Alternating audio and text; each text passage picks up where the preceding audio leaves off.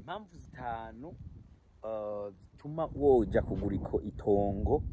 ikarusi. Sinzi ndabivuze neza mugabo mu Congereza novuga 5 reasons why you should go and buy a land ikarusi. No kuvuga impamvu ya mbere nuko harazimbutse paporo y'ahandi nka Gitega canke Ngozi canke Kayanza bivanye n'ukuntu ino ata abantu benshi cyane gose basi haragutse abantu si benshi gose ugeje kuraba mu mitumba oyo kure abantu doke barahari mugasi benshi kuya ko mu Kayanza canke handi hantu canke Makamba rero biratuma doke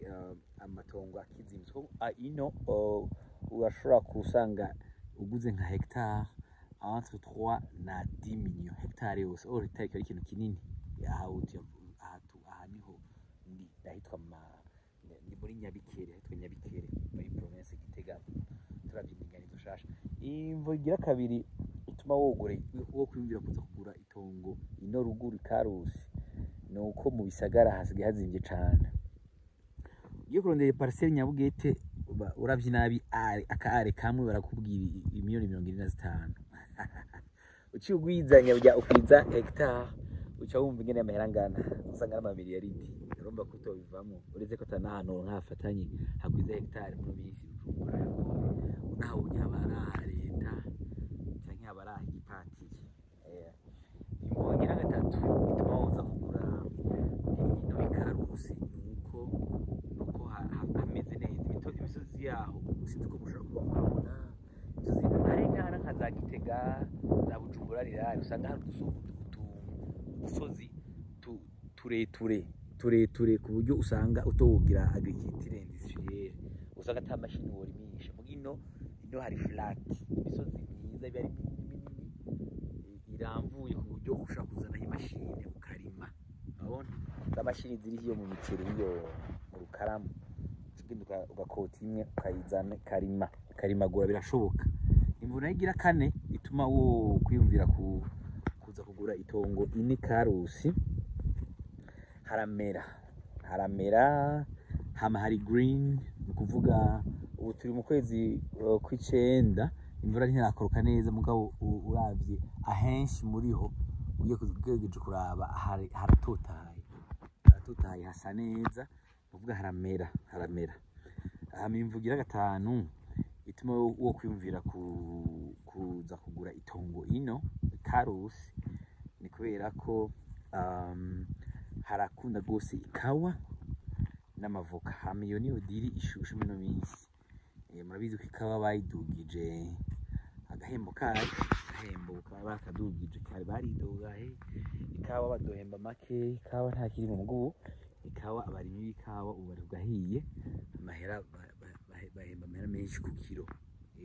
Hama n'amavoka ruhere arakunda gose no kuvuga izo ni zitanu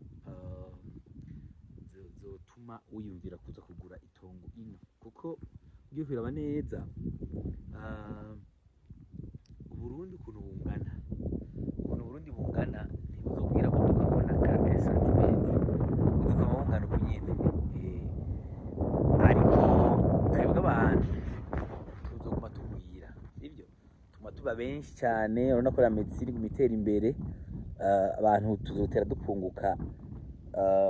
taux de mortalité izotera ija hasi kandi ugiye kwiraba neza ukuntu abantu bapfa mu myaka ya kera siko bapfa ubu bapfa buhoro kubera ko umva medicine mayevuriwa bene wacu bari mu gisata cya medicine baguma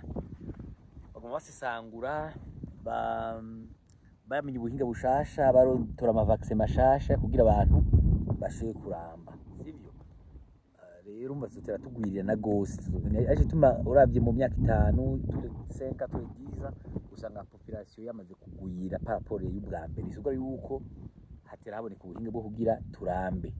mu gisi nayo umva kushitera yaga hama abantu batera biga amashure batembera bakaja kurondera amahera hanze abari hano bagakora ama business bagatangura ama entreprise bagatora amadeni za paeje n'ahandi bagatera imbere hama bose batera imbere baca bakenera iki baca bakenera ahantu bubaka amazu, baca bakenera isi nayo urumva ntiyaguka, isi iguma ari yayindi nyine. Aho rero no kuvuga kandi kenshi hari ikintu c'ukuntu ahantu iyo hatarashikirwa ntituhiyumvira ko kumengana ahantu hafise akamaro. Nk'ubu ino mu ntara za ruguru hino Karusi canke ahandi hantu ruguru Cankuzo n'ahandi, iyo wumva umenga ntibikenewe niki, mugabo d'ici nka 20 urashobora kuzoba ukiriho, hazoba ari ahantu utoshobora kugura, hazoba hazimvye gose cyane. Benshi barabizi nk'ayi Bujumbura hari abantu mu bisagara Bujumbura, Gitega, Ngozi, hari abantu baca ubwenge cyane bagenda bakaja nko mu Itenga, bana kera cyane nka 2005 nka 2015 2017, ahantu nko mu Itenga wasanga hatazimvye,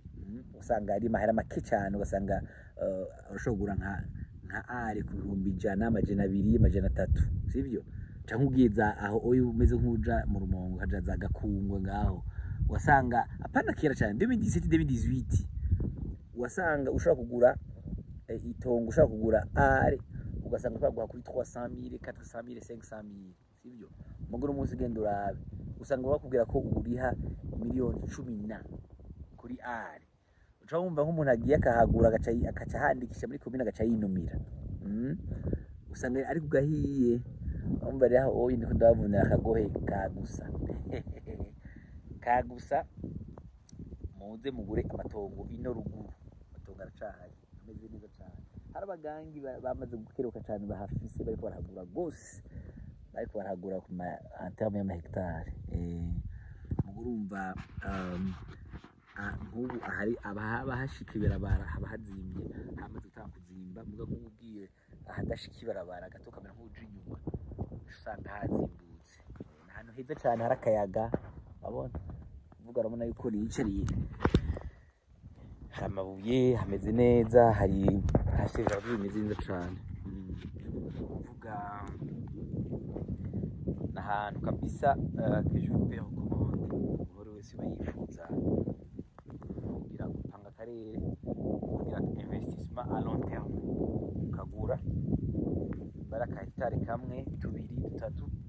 hanyuma ugaca winumira, ugaca ugenda ukandikisha, sivyo? Ukandikisha ama procedure, kwandikisha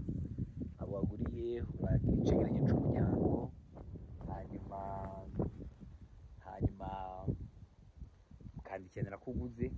ugenda muri komine bakakwandikira yuko ari iwawe, ukaba ufise impapuro ziharanga, ugaca winumira ugaca ubika. Apana guca ufata inyuma y'amezi 2 ushomereye, ugacuvuga ngo hari akaboro naguze hariya aye ngo ndagapushe ngo ngira ibi n'ibi, oya, uragura ugaca wibagira, ugacuga uti aye nabitsa amahera, ugaca doke d'ici 20, d'ici 15, d'ici 10 ans, kwiyumvira kugura hectare ahantu ari hose mu Burundi bizaba biri presque impossible, izo ari nk'indoto kabisa idashobotse. Umva rero izo mvu 5 zituma wogenda kugura itongo i Karusi.